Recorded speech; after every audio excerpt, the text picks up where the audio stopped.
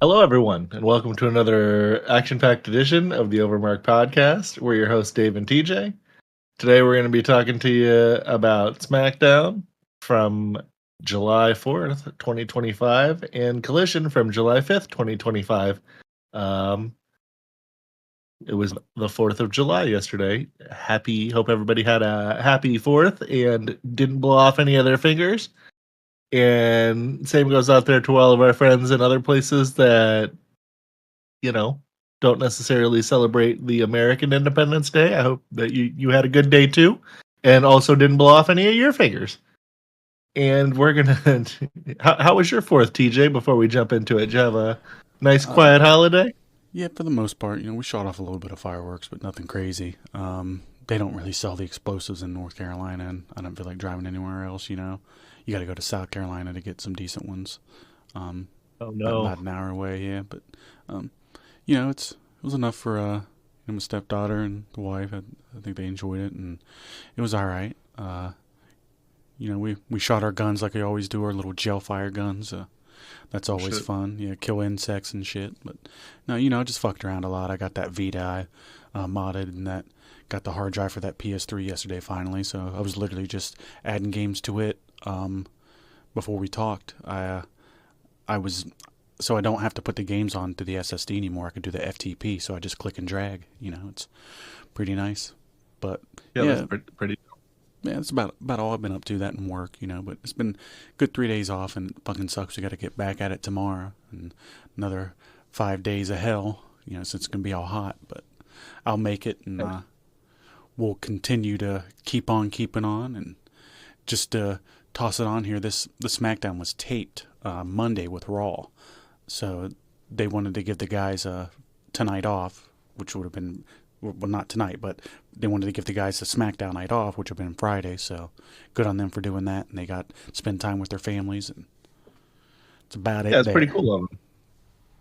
Yeah. And to that point, jumping on ahead, we got SmackDown from July 4th, 2025. The attendance was 13,432, set up for 13,837, with 405 available at the PPG Paints Arena in Pittsburgh, Pennsylvania. Like TJ said, taped the same day as Raw. So that's why it's got the same attendance. And they had the weird start time for Raw at 6. TJ and I both had agreed that was a good start time. It was nice to kind of be done with it and, be able to move on with your night and go to bed a little early if you felt like it or whatever the case may be. But yeah, anyway. King Cody opens, featuring Sad Randy and Salty Drew.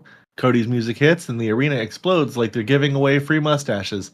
Out comes his Royal American Nightmare Majesty, Cody I. We roll the highlight reel of Cody beating 2 guys with spine issues to win a crown last worn by Booker T and some guy named Steve Austin. No biggie. Cody delivers a heartfelt shout out to Cam from Club Box 66 battling leukemia. Hopefully that little guy is going to be okay. That's pretty nice of him. A real moment of class, even if Drew later tries to choke slam the sentiment out of the room. Randy Orton shows up looking like a retired assassin who just wants to grill steaks and drop RKOs. Tells Cody, "You beat me because I hesitated," then gives him the old "make it count, kid" pep talk. Beautiful. Then Drew McIntyre shows up, shirt full of venom and Scottish rage. Apparently, the Alpha Energy King has returned to mock Cody's hug and backstab strategy. Drew reads Randy to Phil. What? Oh, Drew reads Randy to filth and tells Cody to win the title so Drew can rip it off of him in the most non-beta way possible. Randy RKO's Drew just to remind people he still has it. Cody looks around like someone just told him Dusty was a heel in Mid-South, and that segment ends. And it was okay. It was nice to see Drew come back. Drug on a little bit longer than I had would have liked for maybe what they were doing here. But kind of the theme of this episode, maybe the theme of Collision as well, is longer than it needs to be, and maybe stuff that you don't need to see for as long. I don't know. What did you think of this, TJ? It was just okay. It was kind of like your little average, safe SmackDown opener.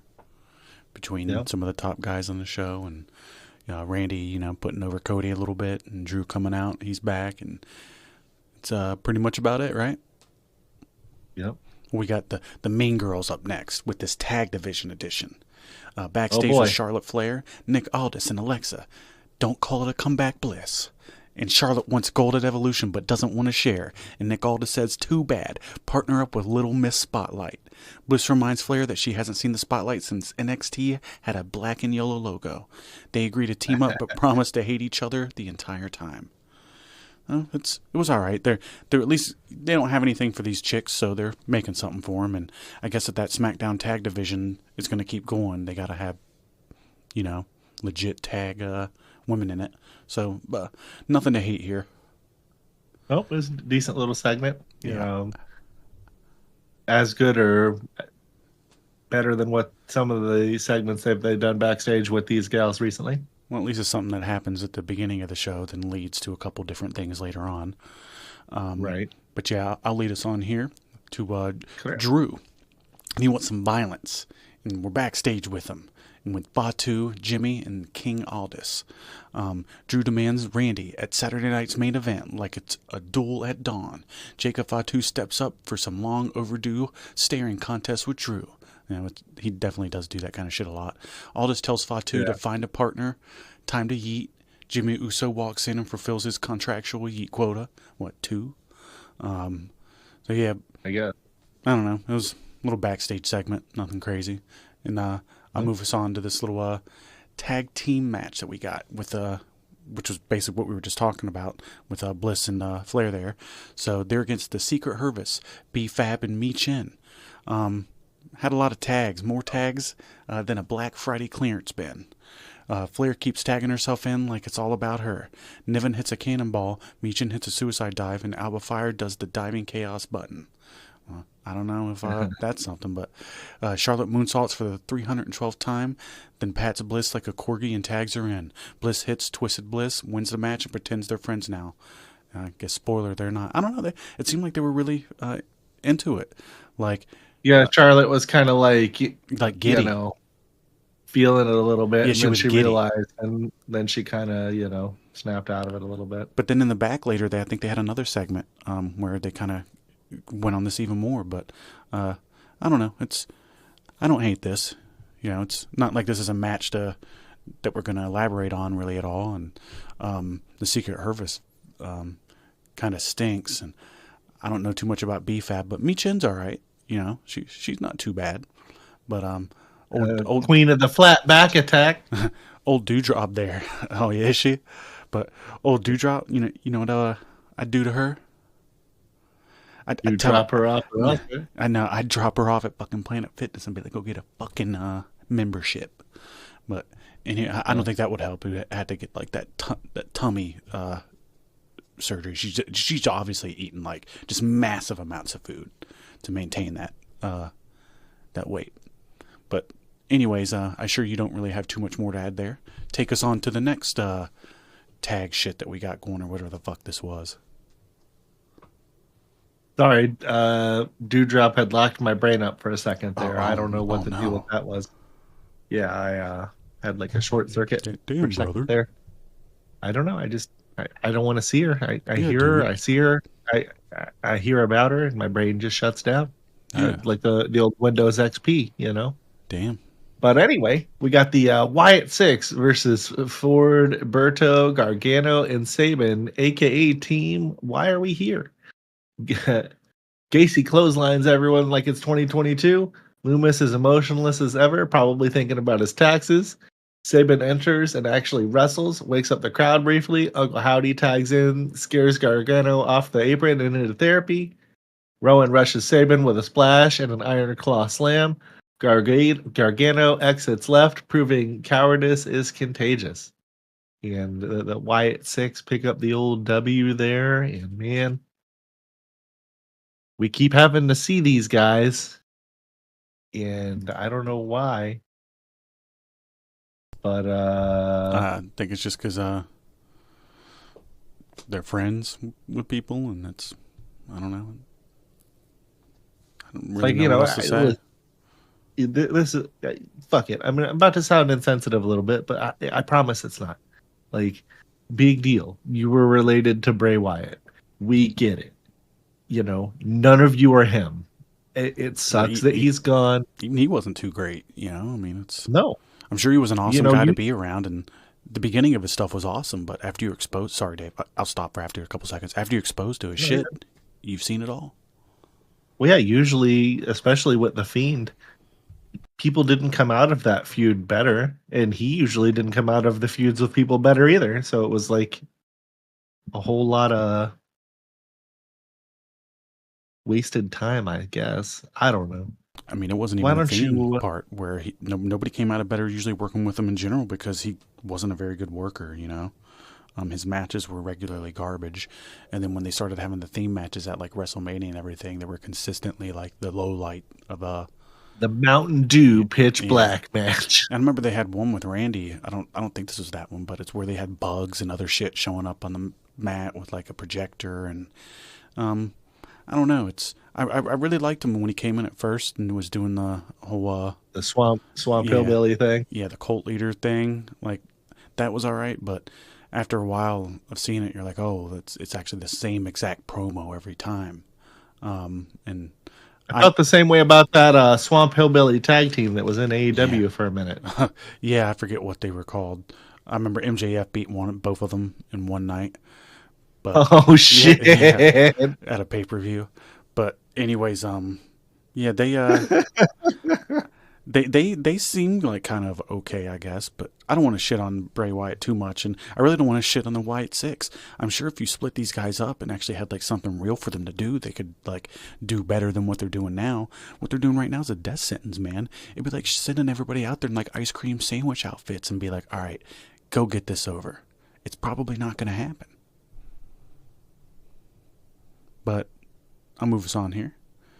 It's Tiffy time and Trish returning, and I guess Jade's still here. Tiffany Stratton comes out to a crowd that wants to hate her but kind of loves her.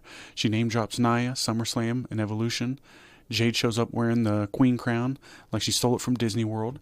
Trish Stratus enters as the crowd collectively glows. Stratusfaction guaranteed. Tiffany challenges Trish for Evolution, acting like she's given her a charity opportunity. Trish says that her kids have never seen her win gold, and Tiffany tells her this ain't the Attitude Era, and that Trish evolves on the spot. What, like a Pokemon? Oh, wow. Yeah. Jade tells Trish, that sounded good coming. I said that weird. Jade tells Trish, hope you win so I can body you later.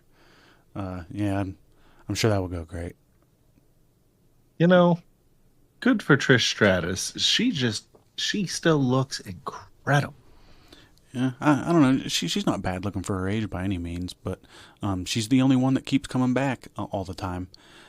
Like Lita will come and show up, but she won't wrestle. Like it doesn't seem like they have any other chick that they can get from that time that's going to keep coming back. What about her back? I don't know, but good for her. I'm sure that she'll make some good money from this, and good to represent the chick. She can still wrestle a pretty decent enough match too, so I'm sure it won't be bad. But yeah, and we'll get to see her with something on her back. Yeah, and Jade stinks. She can, oh boy. Yeah, she could probably not have anything to do with this at all, and it'd probably be fine. So I'll take us on. She's got a bright future in adult entertainment industry. Yeah, I guess so. So I'll take us on from here. It's Solo Sikoa with his DNA segment. Solo says it's not bloodline. Oh no! Yeah, it's MFT. My Family Tree introduces Tala Tonga because nothing says not the bloodline like adding more Tongans. JC Mateo is now basically the group Uber driver. Yeah, not really a lot to go on about there. Just they're introducing Hikuleo in their new little name, and I don't know. I guess that's that, huh? They got Hickadula in there finally. All right. Yeah. Yeah, they do. What's that from again? Family Guy. Family Guy. Yeah. Huh. Was that that wasn't the Toad episode, was it? Nah. I can't remember exactly. Yeah. But anyways, I'll take us on to the next one too. It's kind of connected to the one before. Jade gets briefcase by Naomi. So Trish walks away. Naomi clocks Jade with the money in the money in the bank briefcase like it owes her money. Jade says, "Give me Naomi." Aldous silently agrees, ever becoming SmackDown GM. Silently regrets ever becoming SmackDown GM. I don't know, for the last minute I've just completely like somebody shot me or something.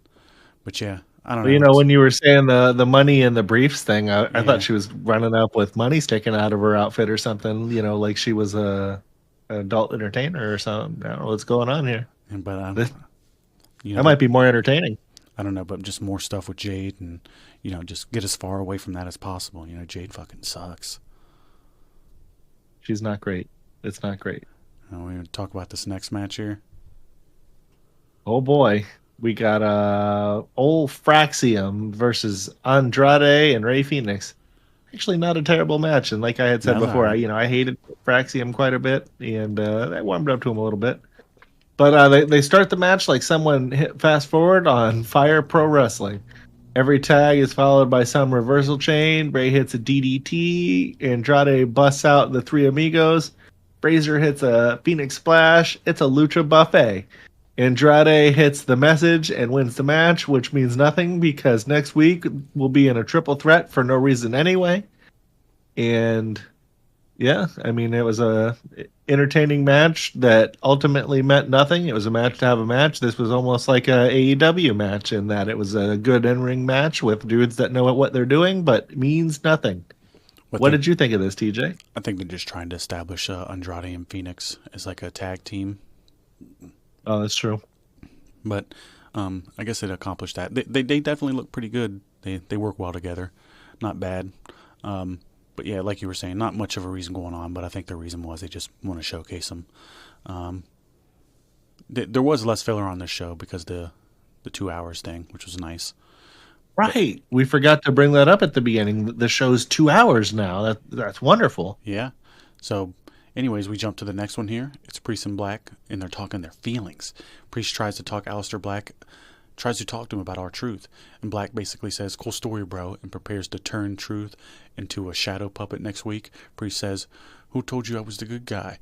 After he calls him the good guy for trying to like reconciliate between them, and everyone at home collectively goes, "Fair," which I guess, but and then they walk away, and he's like, "What is it?" He's like, "Bye, Priest," and he's like, "See ya, Black." Like, oh, kind of cheesy. And that'll take us to the next part here with Fatu and Jimmy versus Solo and JC Mateo. Fatu and Solo slap each other like two Samoan bulldozers in a parking lot. Jimmy Uso does a splash that actually works for once. Fatu hits the moonsault and wins the match because he's clearly the final boss of WWE 2K25. Then the family tree beats down the branches. Sorry if I skipped over that one match. I'm sure you don't really have much to add to it. It was just a fucking match. It's a collective thing together. You know, yeah. Okay, but yeah, the family tree beats down the branches. After the match, the Tala Tonga debuts and bodies Fatu. Tala Tonga joins in, and they hit every finisher they have ever thought about on Jimmy. Fatu is Simone spiked in powerbomb through the announce table, and a SmackDown fades to black. Sikoa stands tall because apparently it is his bloodline now. So yeah, just there's more of these guys too. Funny enough, they could keep pulling them out. Oh yeah, out of the drawer if they needed to. But yeah, overall, the match wasn't anything too crazy, and neither was SmackDown. It was pretty shitty SmackDown, I'd say. Boring.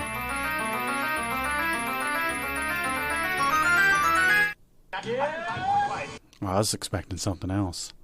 But yeah, SmackDown fucking sucked tonight. No good. It wasn't great.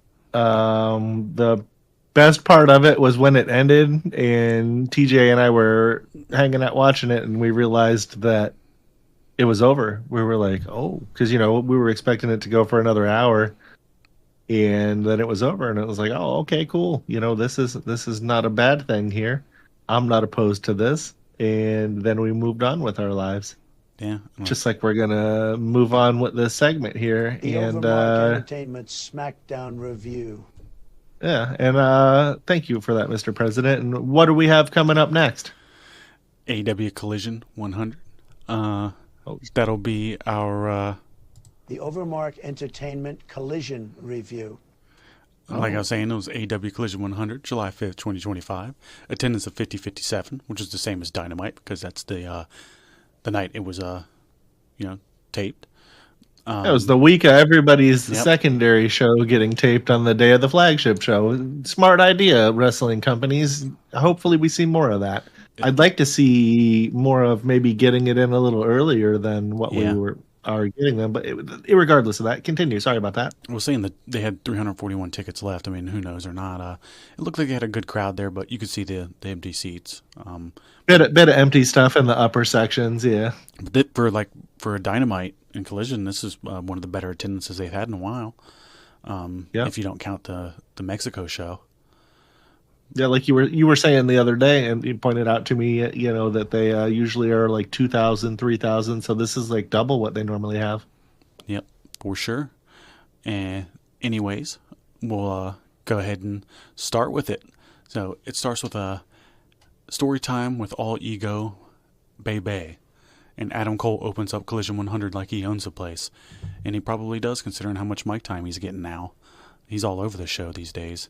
And he thanks the fans, the roster, the building, Oxygen, his boots, and AEW's inevitable future dominance. Big Bay energy. Kyle Fletcher crashes story time, demanding a TNT title match at All In and acting like he invented main events.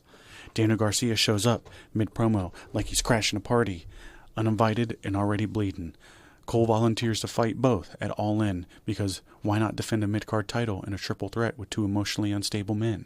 Garcia proposes he and Fletcher fight for the number one contendership tonight because of course, let's book the card live. Who needs Tony Khan? It was just you compare it to SmackDown's opening, and the SmackDown opening had like way bigger stars, but the SmackDown opening was obviously a little bit better, but this one wasn't very good. It was all right. No, I like the Dynamite open was a lot better. I like Adam Cole. Kyle Fletcher's all right, but something about these just like Daniel Garcia just sucks the fucking soul out of every room that he walks in. It's like when he walks out, it's like he makes everyone else just look like Bush League. It's like, what the fuck's this guy doing here, you know? Yeah, I think when I see him, I mean, Adam Cole doesn't look too good on his own, but Adam Cole does have charisma and he can talk. And Kyle Fletcher looks like a fucking killer, you know? He's jacked these days, and he can talk good enough too. But I'll go ahead and move on. If actually, you can if you want. Talk about this triple threat with Benjamin and versus Knight versus Wayne. Oh boy, our favorite kind of match, triple threat. We get Shelton Benjamin hitting the ring like it's 2004, and he just found his old IC title. Nick Wayne brings Kip Saban and Mama Wayne because nothing says street cred like bringing your mom with her big old jugs. Kevin Knight shows up with tape ribs, meaning yes, he's winning. Chaos ensues. Everyone flips, dives, and bumps like it's their last day on Earth. Kevin Knight hits a UFO and pins Benjamin, who deserves better than being rolled like a rug on the 100th episode. But the winner is Kevin One Good Rib Knight. And the loser is the rest of us because nobody wanted to see that match. It actually was. It wasn't too bad. I thought it was an okay match. I'm not too hyped about Nick Wayne, and I'm not hyped. Kevin Knight's okay, but they're just using him like a fucking goof. But it really wasn't that bad, I don't think. Shelton Hyped Benjamin about looked his good. mom. And I think everybody did good for what they put in the match. It's just Nick Wayne kind of one of those guys that suck the soul out of the room anytime he's a part of it too. He's just too young. He looks like a little teenager still. But I'll move on. If Real quick before we move on, I meant to repost it, but I had forgotten to. I saw a meme, and it was of Shelton Benjamin, Bobby Lashley, and MVP standing behind a couch that Mother Wayne was sitting on. You Oh, know, no. it was kind of like recreating that one meme with the Yeah. blonde girl. You know what I'm saying? Oh no, yeah, it's not good. No, you know what I'm talking about? Yeah, I haven't seen that, but I do know what you're talking about. And Yeah, I got to see if I can find it. It was pretty funny. but anyways, Claudio and Yuta show up in a video package looking like they just lost a bar fight to Trent's dog.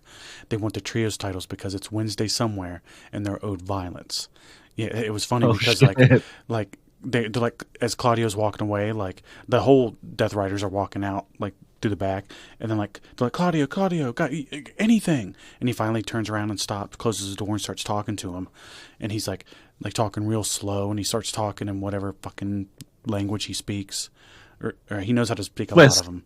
Maybe it was he knows how to speak a lot of languages. It could have been something else, but Yeah, I think he knows like 9 or something like that. I remember they used to always tout that in his promos. yeah, but he Anyway, he ended up being like talking about the ops and how he's tired of them and all that shit, and that he wanted the I am the trios champion. And then like to the left, Yuta pops up and he's like, I am too, like just like that. And it's like, oh fuck, you know, like are you guys trying? wow. It has to be intentional at this point where they're trying to make this guy look like a complete like fucking nerd, man. But yeah, it's not something like that. not too much more to add there. I'll talk about this next one, then you can do the one after that. So we got Lucha Mayhem here, Mistico, Hologram, and Briscoe versus RPG Vice and Hitachero. Mistico taps out Romero at 10 minutes. Another thrilling episode of Luchadors Tony forgot he booked. The crowd popped for Mistico like they were legally required to. Briscoe went for his usual chair jump crap, but one of the heels pulled the chair away like a bitter stagehand, earning real deal boos from the crowd that just sat through Dynamite. Shivani then casually dropped 3 announcements mid-match like he was reading a grocery list. Oh hey, Mistico's in the Casino Gauntlet, and Lashley's in the tag title match at All in Texas with a bunch of guys you didn't know were in AEW. Briscoe and Hologram, yeah, that's his name, no follow-up questions. Hit twin dives, Mistico slapped on an armbar, and Romero tapped like he just remembered he left the oven on. Final thoughts, a flashy, fast-paced match that'll be forgotten faster than you can say, who the hell is Hologram? The babyfaces were mid-celebration to Mistico's theme when MJF and MVP popped up on the big screen, like grumpy dads crashing a Quintessera. I don't know, but MJF. Quinceañera. Okay, whatever that is. That's what the Spanish girls have when they turn like 16 or whatever. Wow. I went to one when I was a kid. Well, MJF then told Hologram to teleport his ass back to the hotel, which, you know, honestly, I think's fair, and said he only wanted to talk to Mistico and Briscoe.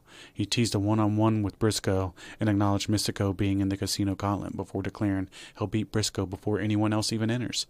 Mistico's music played again, the babyfaces resumed partying like nothing happened, and Hologram presumably disappeared into creative limbo.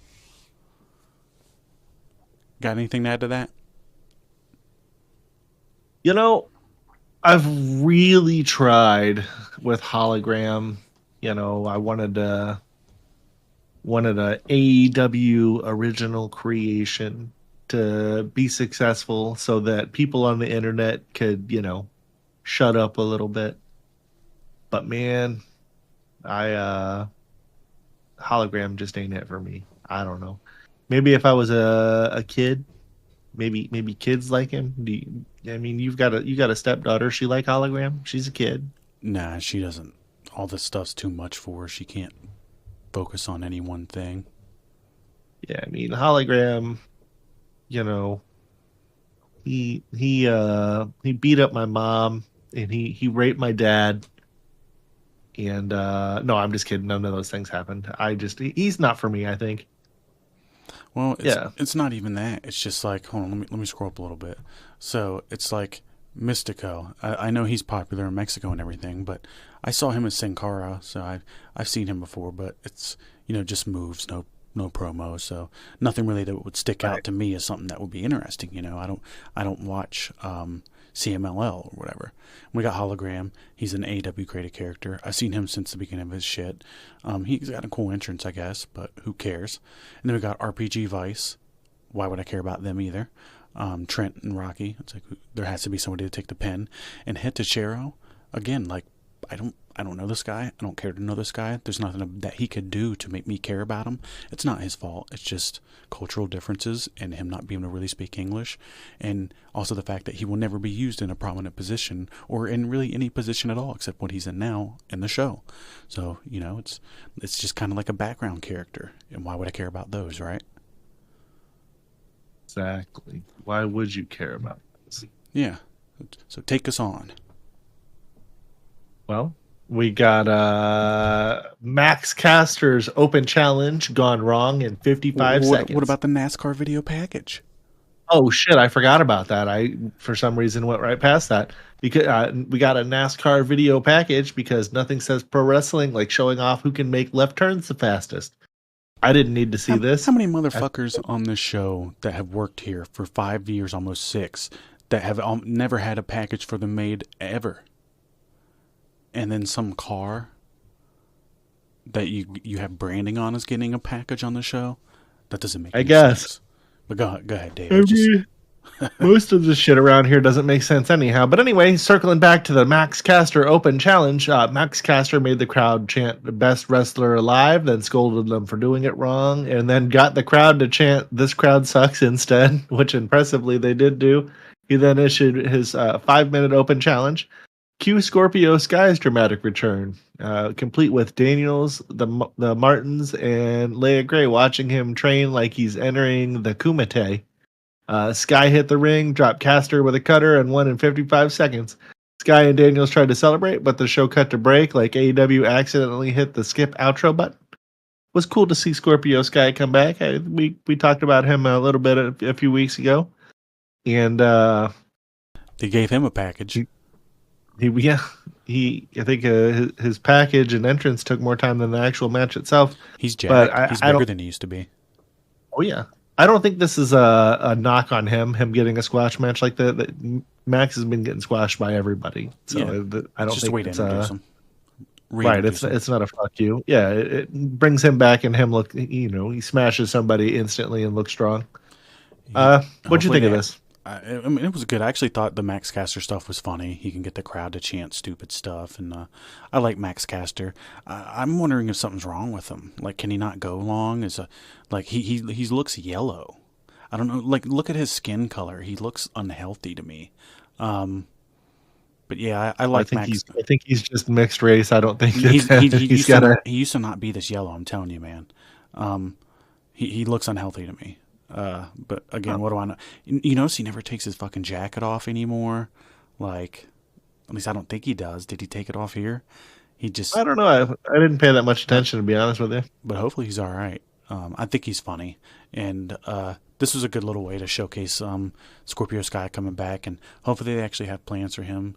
Because you remember we did like segments on it and talked about it. But people were asking him like, where's Scorpio Sky?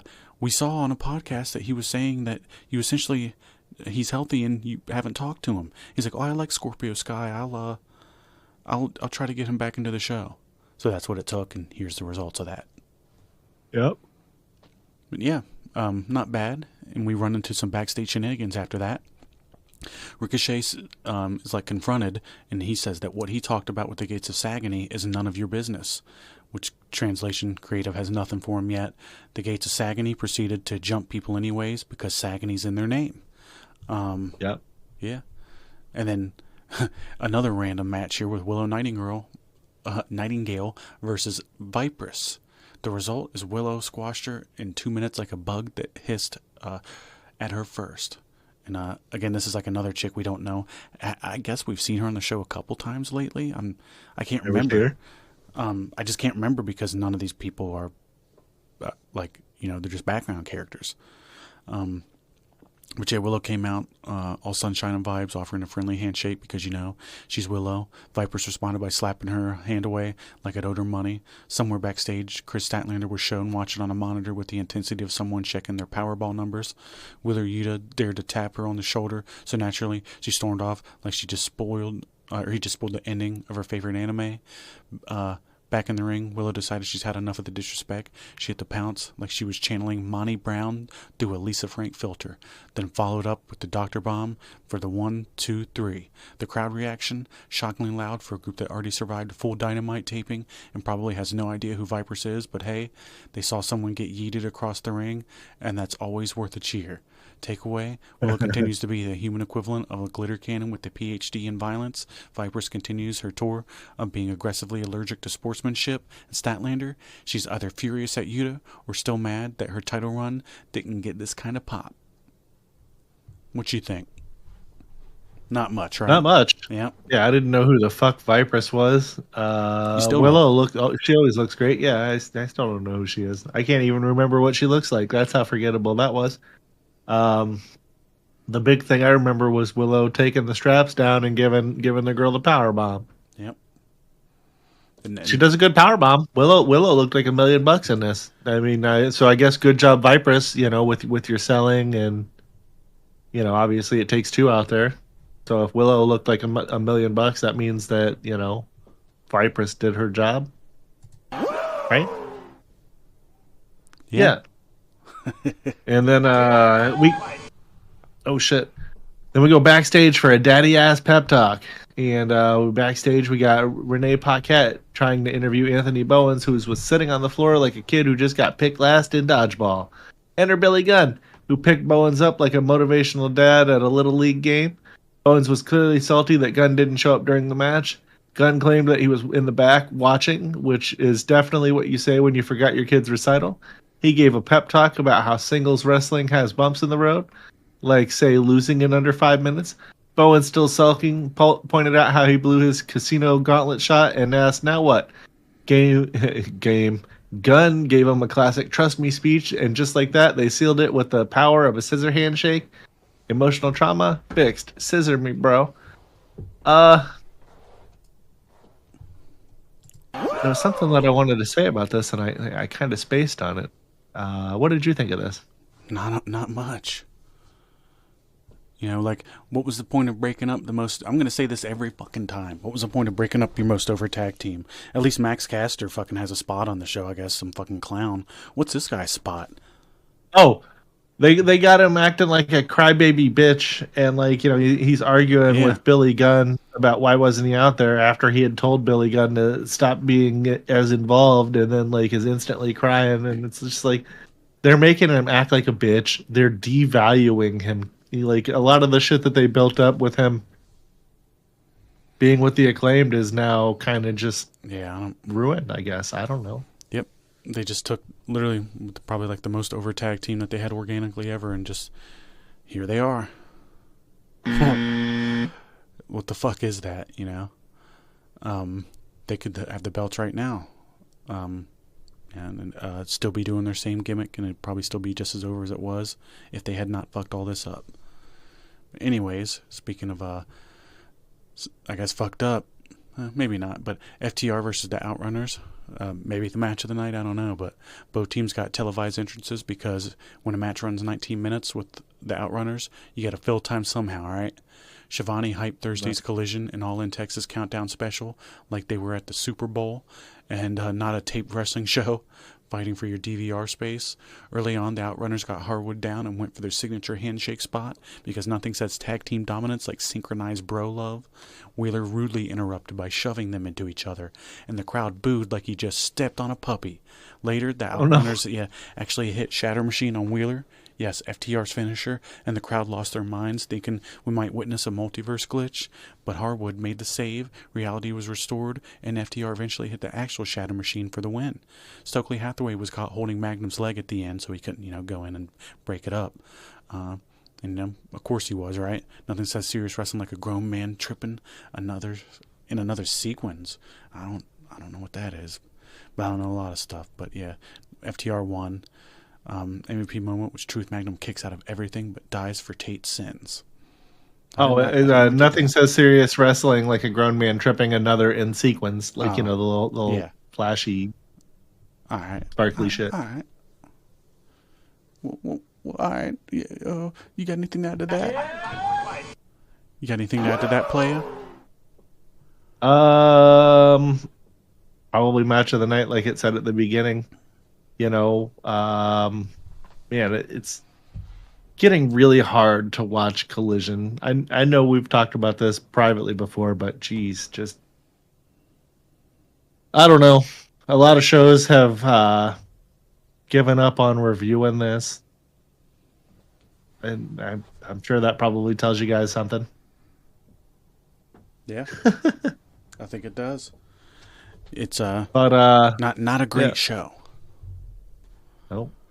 But we suffer through it and talk about it and suffer talking about it so that you guys can suffer hearing about it instead of having to suffer through 2 hours of it. You get a condensed on down version of the suffering. The people who do review it, they'll love it. Like I said, I was telling you, this one guy that I saw reviewed this week's episode is like an 8.7, and it's like that to me would lead you to believe that there was almost not much more that they could do to improvement. When it's like there's almost everything you can do to improve it. You know, I mean that guy's brain is an 8.7 out of 100. Yeah. Fucking idiot. Yeah, I mean, not to say that there isn't some good shit on this show, but it's just like, when you really think about it, even if you take away everything that you like, where are the fucking stars? They don't exist. And I'm not trying to hear like, oh, it's their second show.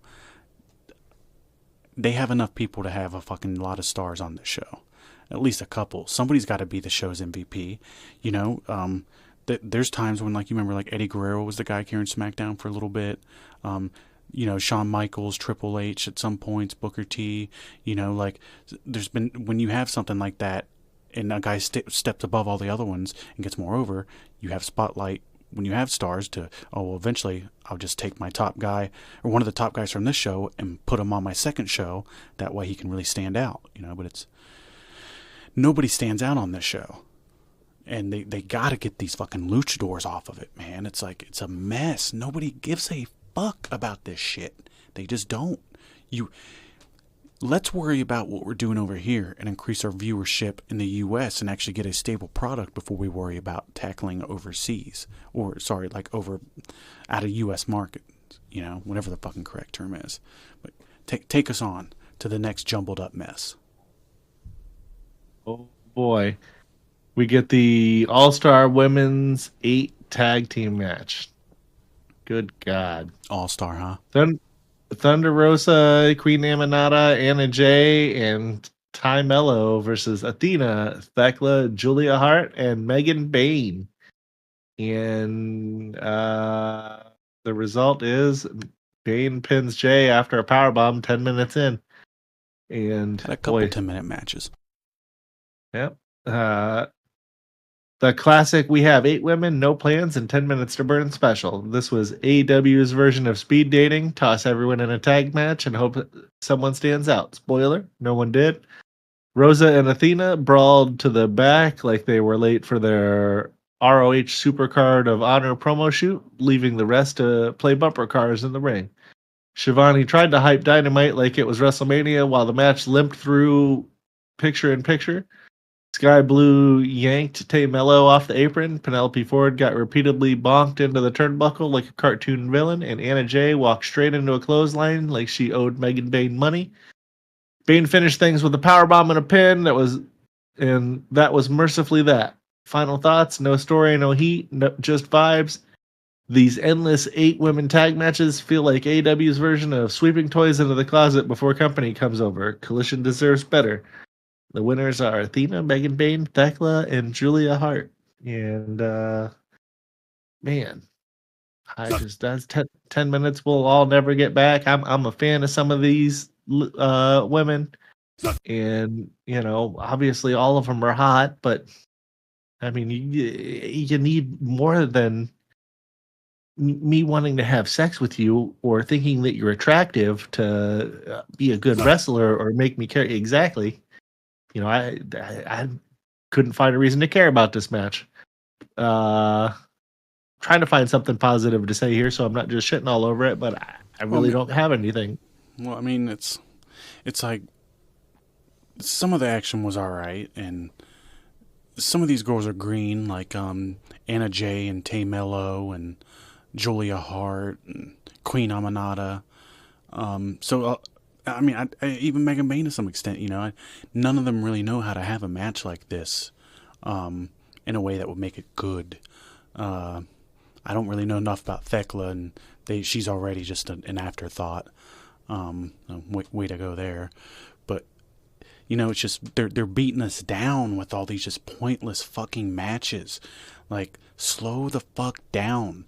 Think of, like, some actual shit that you could put on this match and make me care. Like, why would I care about what the fuck's her name? About what Queen Amanada's got going on. What has she done? I don't know. She's never done anything. Pretty much the same with Anna Jay, Tamello. Athena's cool, I guess, but you took this chick that was like the top girl on your one show and didn't lose for years, and you're having her like lose on. She didn't lose here, but you're just having her in these random fucking matches on this stuff, and I know I'm just like ranting on, but just junk, crap, garbage. You're beating us down. If this was put in a position where like maybe it was the only type of match like this of the week from AEW, okay, but it's like these multi-person matches have to stop. It's just too much. It's like you like fucking like ham and cheese sandwiches, but it's like 8 in, you're like, do I like these that much? For real though. After that, we had a promo from Will Ospreay's, I guess, fiance, Alex Windsor. She said, blink and you'll miss it, but she's coming, maybe, probably, okay, I don't know, but at least they're trying to build her up, and they're doing packages, something that we say earlier and often, they don't do that much, so maybe she'll be good. Be nuts if, like, she ends up turning into, like, the exact carbon copy of Will Ospreay. She comes out and she's, I feel, let's restore the feeling, bruv, my sisters. But, we got this TNT title #1 contenders match with Fletcher and Garcia. The result, Fletcher pins Garcia in 14 minutes and 40 seconds to earn a TNT title shot at All in Texas. It was a good match, weird crowd, same old AEW shit, but Fletcher comes out with Don Callis and Lance Archer because nothing says serious contenders like rolling deep with a hype man and a growling Viking. Adam Cole joined commentary. He does that a lot. He was like mind blown because like Fletcher beat the shit out of Garcia most of this match, and like Adam Cole was just sitting on the ringside like cheering Garcia on, and he like looked stunned that he was getting beat up so bad. But Callis immediately declared that Matt Menard a waste of skin, which honestly might be the most accurate thing he's ever said. I agree completely. Fletcher mocked Garcia's little dance, and the crowd responded with a random "This is awesome" chant 2 minutes in, because they were bored or someone leaned too hard on the crowd noise button. Jury's out. Ask Will Purett. Who's that? Garcia. I had to look that up. Garcia got lawn darted into the barricade and came up bleeding, which in AEW counts as character development. Fletcher posed next to a Fletchlight section. What? Sign. Yeah, I heard them say that. Oh, like man. Fletchlight. And somewhere, someone approved that. This match heated up late with suplexes to the floor, apron bombs, and Cole screaming encouragement like a dad at a middle school karate tournament. Garcia locked in the Dragon Tamer, but Fletcher escaped. Probably because Garcia was too busy bleeding on himself to hold it. Yeah, he was busted open pretty good here. Not the worst, but it was good. Fletcher finally hit a brain buster and pinned Garcia clean, earning a TNT title shot because AEW remembered that he exists this week. Final thoughts, Fletcher looked great, Garcia looked like a meme, and AEW somehow managed to overproduce and underbuild this at the same time. Welcome to Collision, folks. So, Man, I don't know. Kind of a goofy show a little bit. That was actually a decent match. That was okay. That really wasn't bad. That's the way that you have Daniel Garcia in a match. Get his ass whipped and lose. At least this point in his career. Like Kyle Fletcher's not bad. There's promise in him. That's the kind of guy that you build. Oh, this guy's putting in work. Well, let's build with this guy. I know you agree too. But overall, Adam Cole wasn't bad on commentary. I don't really have much to shit on here. Wasn't the worst by any means. It was pretty decent. But overall, this fucking episode was not very good. no, not great. I'm kind of collisioned out. You're kind of collisioned out. the fans are collisioned out, and Well, I'll jump going in. to keep being a thing. I'll jump into our overall thoughts here on it. A slightly above average episode, which for Collision is basically a 5-star classic, because usually they're way below average. Sure, there were some solid matches. Fletcher looked great. Mistico got a pop, and Willow flattened someone in 2 minutes. But once again, the show feels like a creative afterthought. It's like AEW's playing GM mode on autopilot. Random tag matches, forgotten luchadors, and Scorpio Sky appearing out of thin air with a full entourage like he never left. Production, still AEW level janky, crowd audio jumping all over the place, camera cuts missing key shots, and the usual let's cut to commercial right as something important happens. And seriously, where are the stars? Like, not backstage, not in storylines, definitely not wrestling Collision. Still feels like the island of misfit toys. Only now the toys are bitter that they didn't make the Dynamite shelf. So the verdict was decent in-ring wrestling, but unless you're deeply invested in seeing a hologram wrestle or counting how many masked men AEW can cram into a 10-man tag, Collision continues to be the B show pretending it's not. Couldn't have said it any better myself. Fuck hologram. Well, Sorry, hologram. Well, I don't mean fuck you. I guess that being said, that'll wrap up. The OverMark Entertainment Collision Review. And that'll bring us right up into...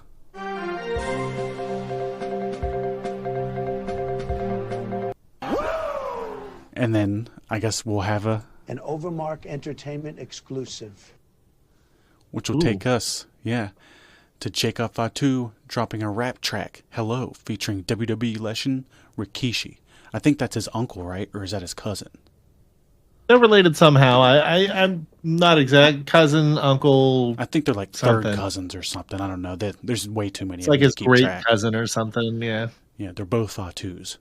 But inside the ring, Jacob Fatu is not just another Samoan powerhouse, another breaking off from Solo Sikoa's MFT faction. The self-proclaimed Samoan werewolf is carving out his own bloody moonsaulting path on SmackDown, dropping cousins and bars. Outside the ring, in a surprise crossover, Fatu's unleashed a new rap track titled Hello, featuring none other than his uncle, WWE Hall of Famer Rikishi. The song is available now via Rikishi's YouTube channel and serves as a declaration of arrival for the 33-year-old, not just in wrestling, but in music too. The song details are title, Hello, artists, Jacob Fatu and Rikishi Fatu, written by the same two. The beats are instrumental from Wiz Khalifa, credited to Cameron and Jabril Thomas, produced by Frank Ware Jr., additional vocals by Rikishi Fatu, and the studio that did it, the recording off the top studios, Rikishi Entertainment, Van Nuck CA, and the mixing mastering by Hierarchy Studios at Oxford CA, label Rikishi Entertainment. So it sounds like that they got this all tied up, legit, ready to make money out of it and everything. Real thing. And Rikishi saying his statement on it is, Jacob Fatu was destined to make noise in the industry. Now he finally gets to show the world how talented he truly is in the ring and on the mic. It's a Fatu thing. Yada mean. He said that pretty good. Yeah. Did you listen to it? I did. And it surprised me. It was a lot better than I expected. The production quality was good. The flow was good. It didn't sound whack or anything. Definitely listen to it later and let me know what you think. And that goes out to the Overmaniacs out there as well. You know, everybody get out there and check it out. And let us know in the comments what you think of it. Like I said, I was surprised. I don't know what I expected, but I didn't expect what I ended up hearing. And yeah, I mean, it's not the greatest rap of all time or anything, but like I said, it was better than I expected. Yeah. Well, I'll end up checking it out, and I'll have to let you know. But I think that'll wrap up an OverMark Entertainment exclusive. And it'll take us to our next. An OverMark Entertainment exclusive. Oh. That was you there. Oh, shit. Well, hello. We got AEW All in Texas set to shatter AEW American records. And, you know, for those of you that always say that we like to crap all over AEW, we're not just throwing you a bone here. We're providing you guys with actual facts that are positive about what's going on with AEW All in Texas. So obviously we all know it's next Saturday, and it's going to mark AEW's highest attended show ever in North America. There are already over 20,000 tickets distributed as of this recording. That's pretty good, because when TJ and I were talking about it a few weeks back, it wasn't looking so good. I think they were around like 14,000 or something like that, and this is a big venue. So the 20,000 is looking great. That's really, really good. And they're also nearing a $3 million gate, which is going to be one of the highest gates in the history of the company. Obviously, they had Wembley and stuff like that, so it's not going to be the highest. But I mean, this is shaping up to probably be like a top 5, top 3 gate for them of all time. So it's a big deal from a historical standpoint for AEW.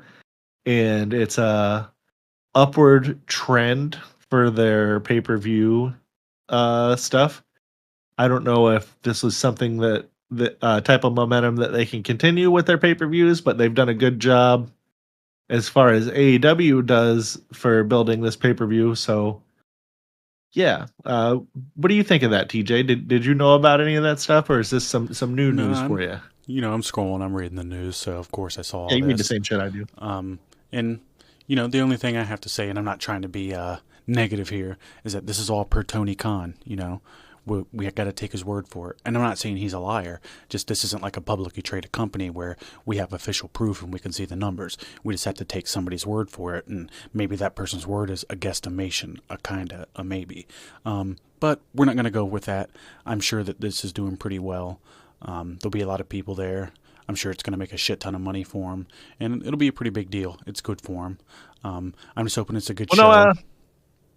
What is it? Circling back to that, to your point, a lot of that is per Tony Khan information. So I real quick, while you were talking there, I scrolled on over to WrestleTix, our good friends over here that provide quality information. And it says that so far they've distributed 20,489 tickets, and that there are 3,251 left. Exactly, distributed. Yeah. So, you know. Not sold, distributed. So right. that would lead us to the same point that I was saying, is we don't really know. That's true. And again, I don't think the guy's lying. I think they're definitely very close to whatever they're doing. You don't give out that many fucking tickets. Maybe they probably have given out tickets. I would say if it's probably a couple thousand. Yeah, that's what I was going to say. They probably in the end will give away 2.5 thousand tickets from this, which won't subtract from this being an amazing accomplishment either way. I was just kind of trying to say it's like we don't have any real hard numbers here like we would a publicly traded company. I still need to give you the WrestleNomics is also WrestleTix. So if I give you the login information for that, you'll have all the the real legit numbers and shit. But yeah, overall, good for AEW. I'm really hoping the show is going to be good. They really need to jump on it. And our next segment's actually going to talk about this a little bit here. I want to separate them. So that's going to take us into our next one here. An OverMark Entertainment exclusive. And this is something I was talking to Dave a little bit about earlier, definitely not later. And it's going to be something that I worked on. This isn't a news piece or anything like that. This is just a personal opinion piece. So whether you agree with it, op-ed, if you will. So whether you agree with that or not, I just appreciate the time for you to check this out. And if you do, let me know. And if you don't, let me know as well. This isn't a personal attack. This is just an opinion based on facts and trends that I've seen over time. If I'm wrong, tell me why, and I'll be fucking more than happy to let you know why I agree or disagree with you. So this is titled, Why AEW All In 2025 Actually Matters If They Let It. AEW All In 2025 is shaping up to be another critically acclaimed event. The fans are hyped, the matches are stacked, and AEW's creative direction, at least on paper, feels stronger than it has in months. But here's the question that looms over it all. Will any of this actually matter in the long run? Because AEW has a serious pattern. They create huge moments, they deliver incredible matches, the fan base hails every pay-per-view as the best ever, but then what? 2 weeks later, no one's talking about it. There's no follow-through, no narrative momentum, just a new week, a new card, and the same shrinking bubble of fans. The in-ring work has never been the issue. AEW has been stacked with talent since day one. But despite having world-class matches, they haven't grown their audience. In fact, by most measurable metrics, TV ratings, ticket sales, general buzz is going the other way. The product might be better right now, but the numbers don't reflect it. Wrestling Twitter can only carry a company so far. So, AEW needs to treat All In 2025 differently. It has to mean something. They need to slow down, focus on presentation, and highlight the stakes. Promote it like it's their Super Bowl, and keep reminding fans why it was important long after the final bell rings. Not just during the show, not just for one media scrum, but for weeks later. Let this be a cultural bookmark, not just another entry in an endless catalog of forgotten classics, which makes the main event choice, baffling to me, Adam Page vs. Jon Moxley. Now, Moxley has name value. He was a legitimate crossover star when AEW launched, thanks to his WWE tenure. But these days, his buzz has faded to the point where he's more meme than a main event. And Page has the unfortunate distinction of holding what many consider the most forgettable AEW world title run in company history. He's not a bad wrestler, he just doesn't move the needle. Just last week, he cut arguably the best promo of his career, genuine, emotional, well delivered, and yet during that very segment, nearly 100,000 viewers changed the channel. That was the single biggest drop-off of the entire night on that show. And that's the pattern with Adam Page. His segments lose viewers. They always have. He simply does not hold mainstream interest. This event could define AEW's future, but only if they treat it like more than a one-night pop. They need to promote it like it matters after it happens, reference it, frame future storylines around it, make it a core part of their narrative going forward, and above all else, have a real, compelling plan for whoever walks out as world champion. Not just vague momentum, not just dream matches, a direction fans can sink their teeth into, because if they don't, it'll just pass by, like every other show. And then AEW will once again have the best event ever, according to their fan base, and the rest of the world still won't be watching. And that's pretty much it. What do you think, Dave? Well, this is it's not exactly a make or break event, but no, not at all. It would help them take a next step in the wrestling community if they actually put on a good show here. The in-ring's going to be good. That just is what it is. But I don't know how to quantify what it is that they need to do here to. Well, I mean, I'll highlight, make this successful. But I'll highlight a little bit. Sorry, go ahead. Go ahead. So basically what I was highlighting here is the in-ring's never been a problem. The storyline, at least with Adam Page here, has been seemingly decent for a couple months now. So they got that going and everything. The problem is consistency. But overall, I think the problem is like WrestleMania, they're talking about WrestleMania 2 months after it ends sometimes. Maybe a month and a half, they're still showing stuff from it. They need to do something like that. They need to keep reminding us how big this event is. They need to keep reminding us, tell us the records after it's happened. Keep highlighting this shit. Don't just not bring it up like 2 weeks later, or even a week later. People they have short memories. Like after every AEW event they have, a lot of these fans, especially recently, have been saying, "Oh, that's the best ever. That's the best ever," right? And realistically, none of them are. And if every event could be the best ever, that means the last one that you said was the best ever. Your either opinion skewed or it really wasn't even in the conversation, which is the case on almost all of these events. I don't think AEW's actually had an all-time classic event yet. Now, they've had a couple pay-per-views that have been fucking awesome match quality-wise, but when you want the whole package, they've yet to do anything like that. The in-ring's never a problem, but you have to continue the momentum and keep the main event scene after this with whoever wins. It has to be hot. It can't be boring. And they can't just throw him into a program with Adam Cole or just some random motherfucker for like a month and a half with starting right off with okay, we're going right off into the cage match next month. You know what I mean? They can't do the same old stuff. You have to highlight the importance. Keep reviewing this for about a couple months after it happens. Keep showing the footage of the match and then people won't forget it. But if it's not important to you on the show and you don't hype it to us, why would it be important to the fans? That's all. I know that was long-winded and everything. Got anything for me, Dave? Wasn't really long-winded. It was accurate and good description of what's going on here. Yeah, I just want AEW to do well, and I just remember how bland Hangman's first run was, and how bland Jon Moxley's current run has been, and it's just Adam Page and Jon Moxley are just not draws. It's a proven fact, and it has been for a while, and I don't know how you could possibly build your company off either of these two guys, and it's both guys have just been used so poorly over such a long time that anybody that's already tuned out isn't going to tune back. Oh, Hangman Page is going for the title again? Like, come on. If you weren't watching, if I told you that, would you watch if that? No, yeah, that's not going to bring me back. I'd be like, oh, fuck Hangman still. Yeah, you'd be like, oh man, I made the right direction or decision not to watch this. And Jon Moxley is the same deal. He's probably the worst in-ring guy that's pushed at a top level in wrestling right now. He's terrible. His matches are fucking garbage. And his direction right now is just seemingly pointless. This is probably one of the worst stories of all time that he's involved in that I can remember since I've been alive. It's just pure garbage. It sucks. And then you get the Bucks involved in, and it's garbage too. But I have a feeling that Jon Moxley's going to win at the pay-per-view, and then they're going to have Darby win at the next pay-per-view after that.